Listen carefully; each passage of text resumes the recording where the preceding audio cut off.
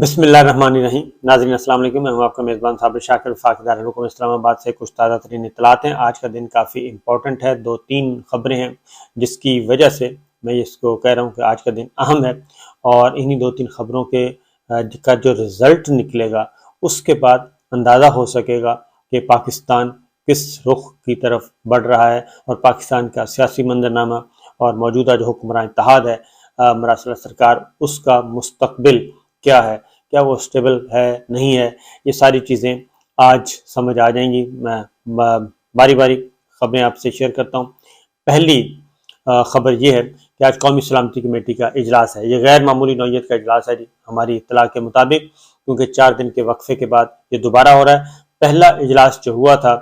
وہ تسلی بخش نہیں تھا، اور وہ اس حد تک غیر تسلی بخش تھا کہ صرف 4 دن کے بعد اجلاس دوبارہ کہا گیا، اور یہ کہا گیا کہ جناب تیاری کر کے آئیں اور پورے کا پورا پلان لے کے آئیں۔ یہ اجلاس جو ہے، یہ ملٹری لیڈرشپ اور سول لیڈرشپ اگر سر جوڑ کر بیٹھی ہے، انٹیلیجنس چیف سر جوڑ کر بیٹھے ہیں، تو یہ اس لیے نہیں بیٹھے کہ آپ آئیں اور عمران خان صاحب کو اور پچھلی حکومت کو لتاڑ لتوڑ کے اور ایک اپنا پولیٹیکل نیریٹو بیان کر کے آگے نکل جائیں، بلکہ کہا گیا تھا کہ آپ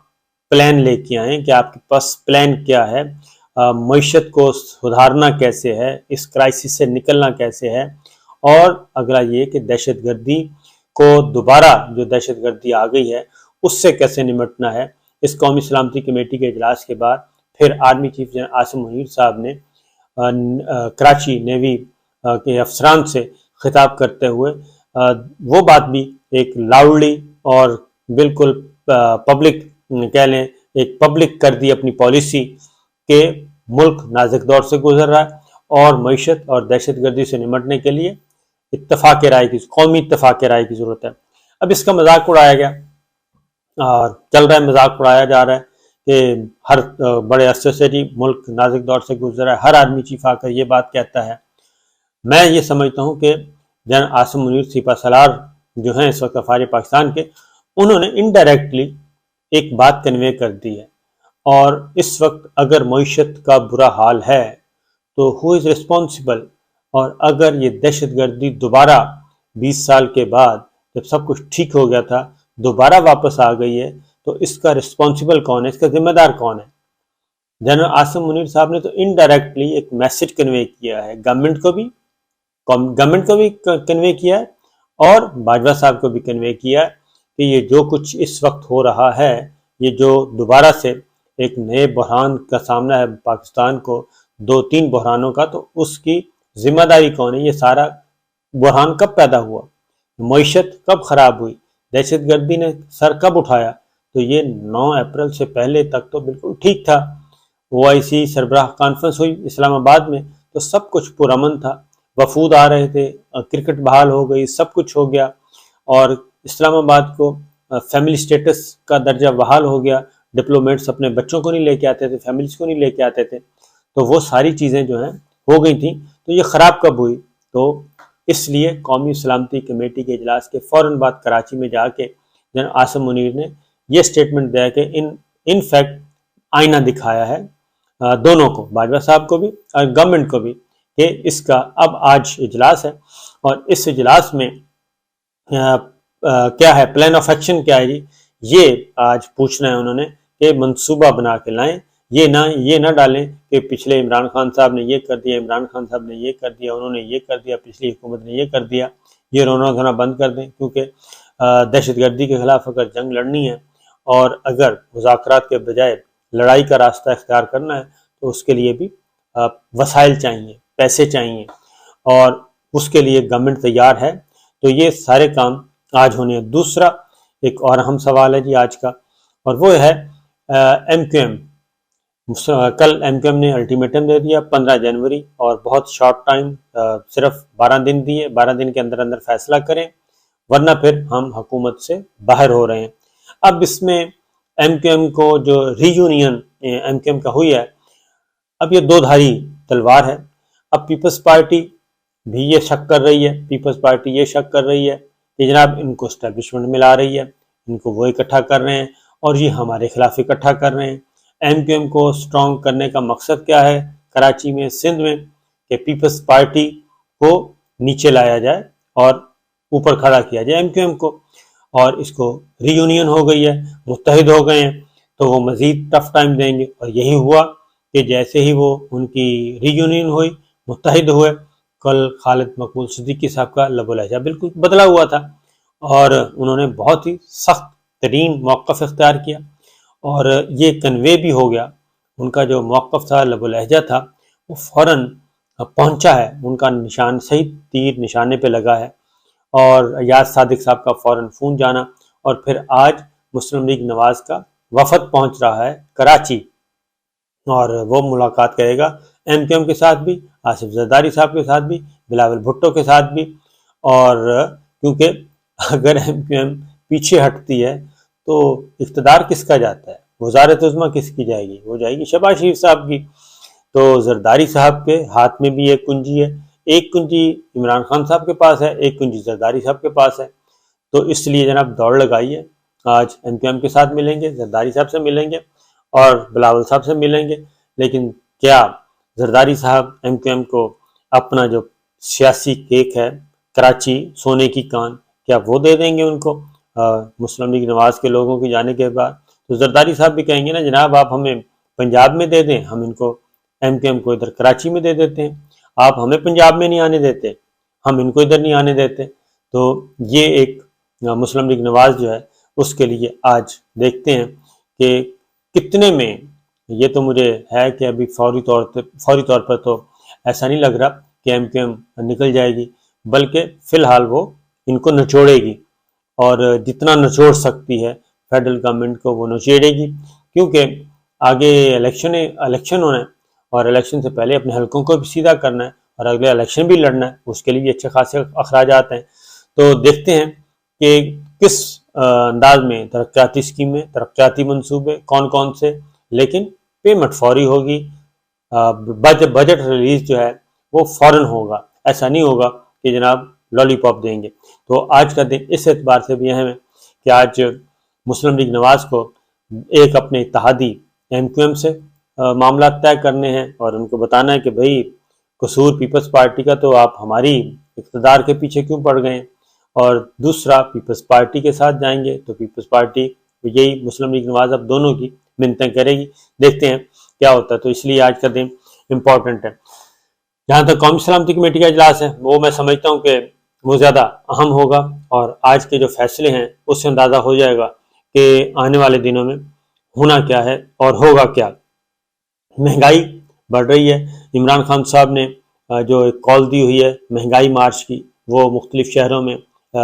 ریلیاں نکلی اور اس کا رسپانس دیا۔ اس کی ریزن یہ ہے کہ یوٹیلیٹی سٹورز پہ جو ہے سبسڈی، جو کم قیمتیں تھیں وہ ختم کر دی گئی ہیں، اور اب وہ صرف بے نظیر انکم سپورٹ پروگرام والوں کو وہاں سے سستی اشیاء ملیں گی، اور اس میں بھی راشن بندی کر دی گئی ہے، یعنی ایک مہینے میں آپ 3 کلو سے زیادہ گھی نہیں خرید سکتے، 3 کلو سے زیادہ چینی نہیں لے سکتے سبسڈی ریٹ پہ، اور اس کے اندر رہ کے کرنا ہے۔ اب ایک تو بے نظیر انکم سپورٹ پروگرام کے جو ہے لوگ وہ بہت ہی کم ہیں، کم سے مراد ہے اس کا جو کرائٹیریا وہ غریب ترین جو لوگ ہیں وہ ہیں، جبکہ اس وقت تو سچویشن یہ ہے کہ جو مڈل کلاس ہے، اپر مڈل کلاس ہے، اس کی زندگی بھی اجیرن ہو چکی ہے۔ 18واں 19واں 20ویں اسکیل کا بھی جو رزق حلال پہ یقین رکھتا ہے اس کی زندگی بھی اجیرن ہو چکی ہے۔ تو یہ بے نظیر انکم سپورٹ پروگرام کے لوگوں کو صرف یوٹیلیٹی سٹورز پہ دینا ایکسیس، یہ میرا خیال ہے کہ زیادتی ہے۔ تو اس لیے پاکستان تحریک انصاف کی جو مہنگائی مارچ ہے، مہنگائی کی ریلیاں مہنگائی کے خلاف، اس کو بھرپور رسپانس مل رہا ہے، اور وہ اپنا کام زبردست طریقے سے کر رہے ہیں، اور وہ جو اصل تکلیف ہے عوام کو اس پہ وہ انہوں نے کیا ہوا جی انگلی رکھی ہوئی ہے مسلم لیگ پاکستان تحریک انصاف نے۔ تو دوسری جانب ایک اور ڈیولپمنٹ ہوئی ہے، وہ ہے باجوہ صاحب۔ باجوہ صاحب باجوہ صاحب سے جب تک چھٹکارا نہیں حاصل کیا جاتا، جب تک ادارہ یعنی کہ GHQ ہماری مسلح افواج باجوہ صاحب سے دور نہیں ہوتے، تب تک یہ چیزیں ٹھیک نہیں ہونی، اور اس کی وجہ یہ ہے کہ باجوہ صاحب نے پچھلے 3-4 دنوں میں جو ایکٹیویٹی کی اور اس کے نتیجے میں اپنے حق میں کالم لکھوائے اور کالم لکھے گئے، تو اس کے بعد مزید زیادہ کام تیز ہو گیا ہے، کیونکہ یہ بالکل اسی طریقے سے ہے جیسے سائفر کا معاملہ تھا۔ جیسے ہی سائفر کا معاملہ نیچے آتا تھا، D G I S P R سابق جو ہیں وہ آ کے کسی نہ کسی ٹی وی پروگرام میں آتے تھے اور بول دیتے تھے، اس کے بعد وہ پھر دوبارہ زندہ ہو جاتا تھا۔ اسی طریقے سے اب جو ہیں باجوہ صاحب نے بہت ساری باتیں جو کہ حقیقت سے بہت دور تھیں، اب مصطفیٰ نواز کھوکھر صاحب نے بھی اس بات کی تصدیق کر دی ہے، جو کہ میں نے آپ کو بتائی تھی کہ یہ جو ایکسٹینشن کے لیے پہلی ایکسٹینشن بھی اور دوسری ایکسٹینشن بھی جو کہ نہیں ہوئی، وہ خود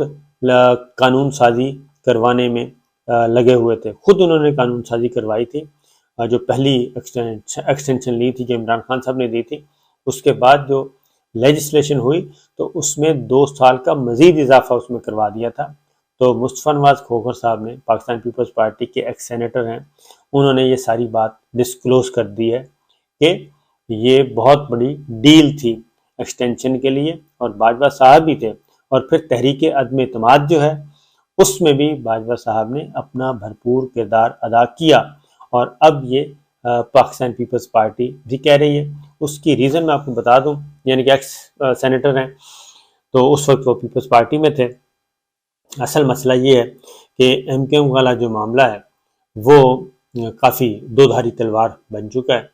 اور اس میں پاکستان تحریک انصاف جو ہے وہ یہ سمجھتی ہے کہ یہ ہمارے لیے کیا جا رہا ہے اور ہمارے نمبرز کم کرنے کے لیے کیا جا رہا ہے، اور دوسری پیپلز پارٹی کہتی ہے یہ ہمارے نمبرز کم کرنے کے لیے کیا جا رہا ہے، ہم پہ مسلط کیا جا رہا ہے اور کسی کو بھی خالی نہیں چھوڑا جا رہا۔ تو اس کا ریئیکشن جو ہے، اور اس ایم کیو ایم کو ری یونین کی وجہ سے پھر انڈائریکٹ اگلا اثر جو ہے مسلم لیگ نواز پہ ہو رہا ہے، تو سوچا یہ جا رہا ہے جو حکمران اتحاد ہے اس کو شک ہو گیا ہے، اور وہ شک یہ ہو گیا کہ اسٹیبلشمنٹ جو ہے وہ اپنے تیور بدل رہی ہے، اور کوئی نہ کوئی ہاتھ ہونے والا ہے۔ اس لیے ایم کیو ایم کا وفد، مسلم لیگ نواز کا وفد فوراً آج پہنچا ہے، کراچی پہنچے گا اور اس پہ بات کرے گا۔ تو دیکھنا یہ ہے کہ کیا معاملہ ہوتا ہے۔ میرے پاس تو ایسی اطلاعات ہیں